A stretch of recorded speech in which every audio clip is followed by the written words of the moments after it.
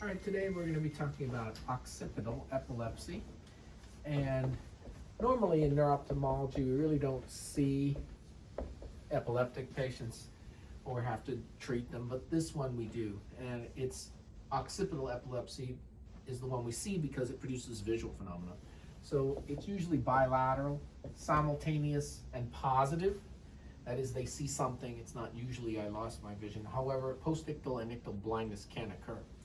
And the differentiating feature is it's little tiny circles of color. It's geometric. They're usually very close together, and there are a number of proposed hypotheses about why this occurred, presumably related to the retinotopic organization of the cortex, and the receptive fields on and off can make this kind of geometry. And if you're interested in reading more about that, you can see what Turing, of Alan Turing and the Turing machine enigma, that whole story, has to say about this pattern, not only in occipital lobe, but in nature in general.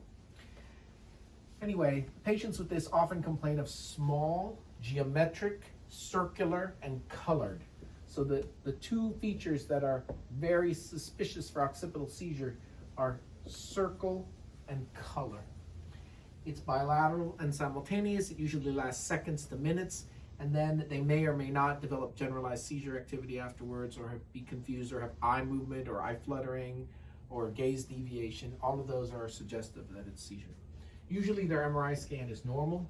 Their eye exam is usually normal, but if you see a homonymous hemianopsia, then that implies there's a structural lesion. Either way, we're going to do an MRI, look at the lesion, and we need to do the EEG. And in children, the benign occipital epilepsy can take on an autonomic form, and that autonomic form might present as abdominal pain, pale kid who feels sick, and then they may get the colored lights afterwards. And so these have names. You don't have to know these names, but you need to know that childhood epilepsy, the kid eventually grows up and they have the occipital epilepsy. And so if you hear that story, bilateral, simultaneous, colored little circles, seconds to minutes at a time, you should do an MRI and an EEG.